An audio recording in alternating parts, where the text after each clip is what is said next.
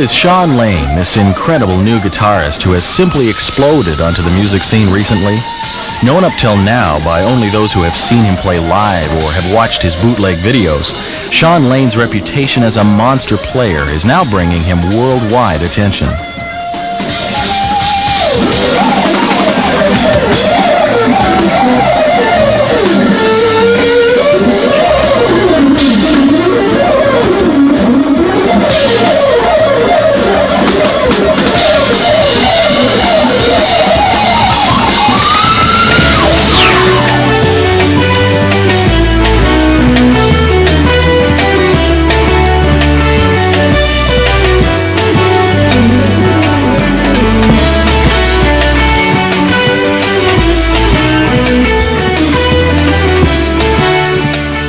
REH and CPP are very proud to present for the first time Shawn Lane in this two-part instructional and performance video series.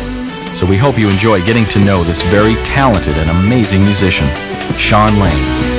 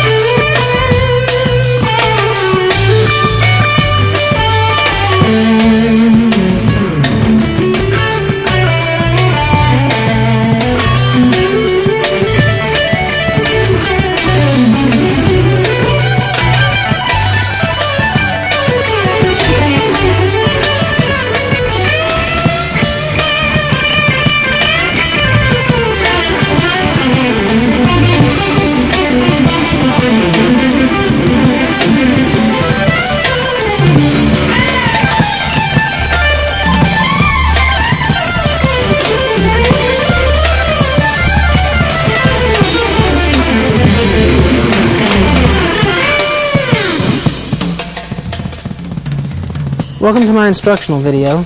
Me and my friend, the drummer Shawn Rickman, are going to play some songs from my album Powers of 10. We're going to do a little improv on some of those songs. Then I'm going to talk for a little while about some of the techniques that I do, some of the unusual techniques, and also some of the basic scales and exercises that I used when I was first starting guitar that might help you to advance towards some of the things that I play. And I also talk a little bit about some of my influences and some of the things that I think about music and vibrato and other things in guitar. So let's get started by tuning.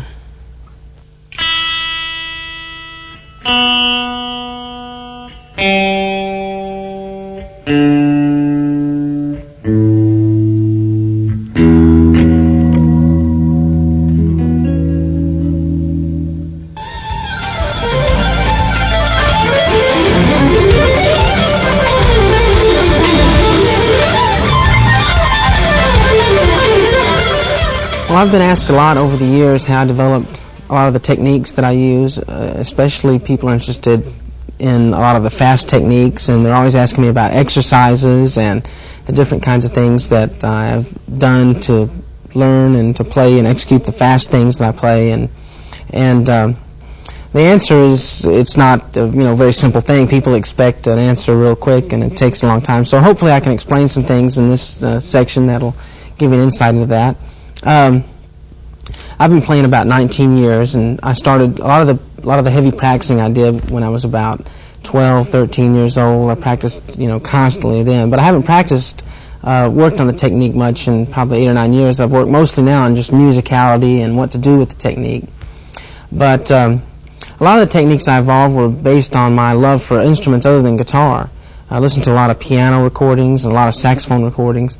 I'm especially a big fan of a lot of great classical piano recordings and stuff. So the sound I heard in my head and the sound that influenced me was not necessarily very guitar-oriented sound. So I developed a series of techniques that kind of give a different sound to the guitar. Yeah, one good thing to do that I used to do was to learn pieces for other instruments on guitar. And I really love classical music, but instead of learning how to play fingerstyle or gut string classical guitar, I would learn other pieces like clarinet or violin things on the guitar. One thing I could play a little bit of is a thing that Jascha Heifetz did called Horace Staccato. It was a good guitar exercise in alternate picking.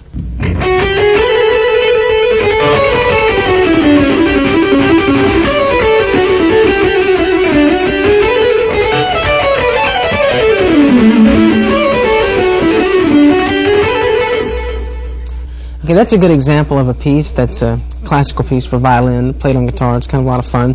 And I encourage you to learn a lot of other pieces.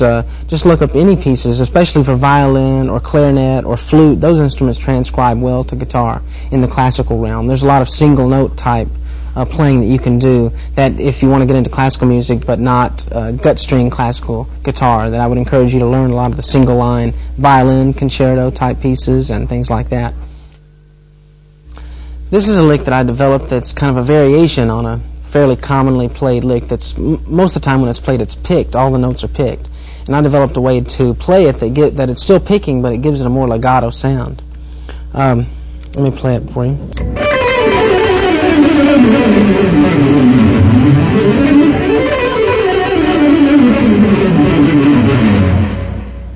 Okay, this lick is a variation on rhythmic groupings of fours on 3 notes per string, which is a pretty popular lick. It's been done by a lot of people. Al Di Meola, Yngwie, different people. And normally it's just played with groups of fours. 1, 2, 3, 4, 1, 2, 3, 4, 1, 2, 3, 4, 1, 2, 3, 4. And people pick every note on it, and it's a certain sound that way. It's a staccato type of sound. But this way you can do it, and it gets a more legato sound, and you can use that kind of floating of the pick technique. Also, the important thing to keep in mind, the way I do the picking on licks like this is by tilting the pick. If you tilt the pick slightly in a sideways angle, for me it's comfortable to tilt it up like this. For other people it might be comfortable to tilt it down. I've seen people do it both ways. But that's one thing to remember. That gets the smooth kind of sound. But the way I do this lick is you pick 2 notes and then 2 notes not picked, 2 notes not picked, and then 1 note. So if you have 3 groups of 4s, then you have something like 1, 2, and then 2 notes not picked, and then 2 notes picked again, and then 2 notes not picked, and then 1 note picked, and then 3 not picked. So that would be 12, and you're picking 2 like that. So slow that is.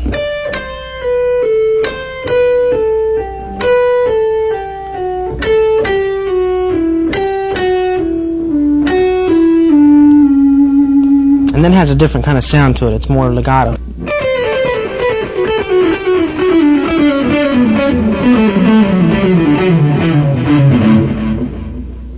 Okay, so that lick gives you a different sound that's not a staccato sound. Most of the time when that lick is played, it's staccato. And also when you play it this way, it's not really very identifiable as 4s. Instead of sounding like you really don't know what you're hearing because the accents are kind of thrown off and it sounds more like it's more like a violin type of sound or something. Also, there's a way you can do that